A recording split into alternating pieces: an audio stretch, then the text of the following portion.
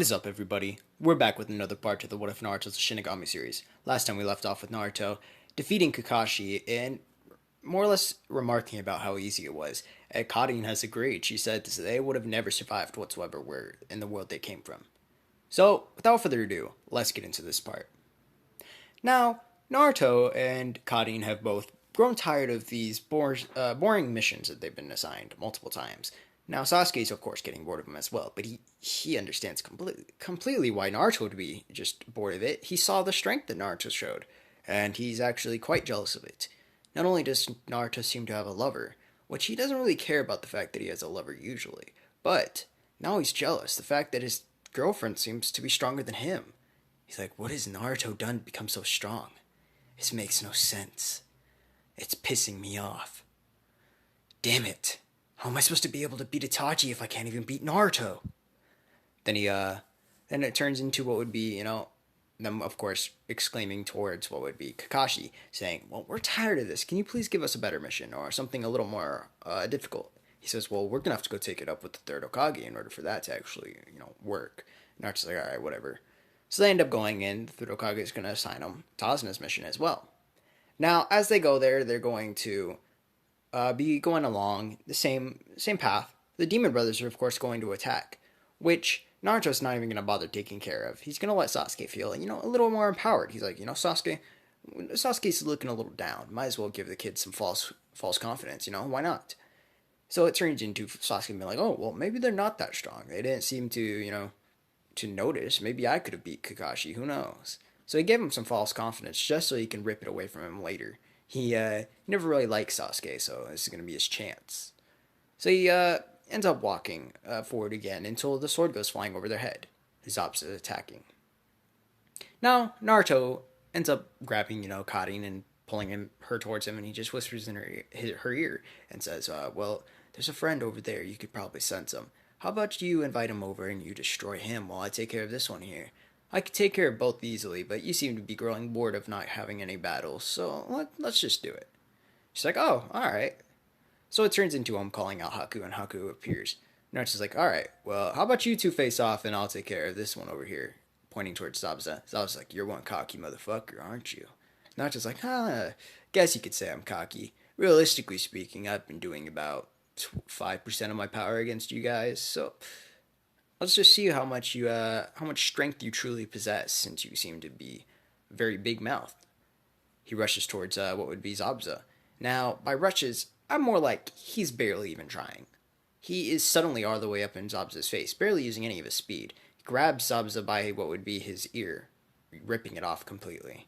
Zabuza's like, what the fuck? And Naruto's like, damn, I was actually aiming for your hair. I was trying to pull you to the floor, but you were able to dodge barely in time, so, hey, that was something.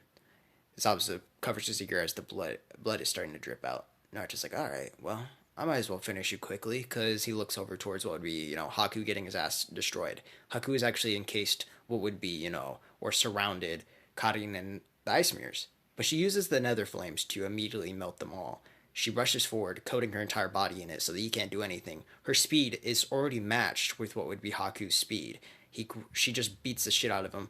Her taijutsu abilities are pretty overpowered. And Naruto's like, alright, well, I better close this up really quickly. He charges up what would be his power. By that I mean he unleashes about 15%. His body begins to glow a radiant blue? What is this? Now Naruto knows what it is. Even Kari knows what it is. Naruto, as he grows in power, it actually changes what would be his aura. Now, his nether flames have become so hot that they are blue now at this point in time. The hottest it can go is to what would be the white flames. The white flames are a mixture between a blackish aura and white flames, of course, and that's his full power. Now, there's only been one shinobi who's ever seen it, and that's Karin. Not even the Shinigami himself saw it. And that's due to the fact that Naruto was more than capable of being able to beat him due to his time-stopping ability. Naruto just powers up to his 15%, using his blue flames, or his blue aura, to rush forward and just incinerate Zabuza. Now, the way these flames differ is because usually Naruto would have to separate the soul and send it there indefinitely. But no, he actually just incinerates it, and it automatically goes towards what would be the other Shinigami, the main Shinigami in the underworld. And Naruto's like, well, this makes my job a lot easier. I don't even have to, actually try to separate the souls. He looks over at Karin as she begins to, use the purification or the purification nether flames to do the same exact thing Naruto did.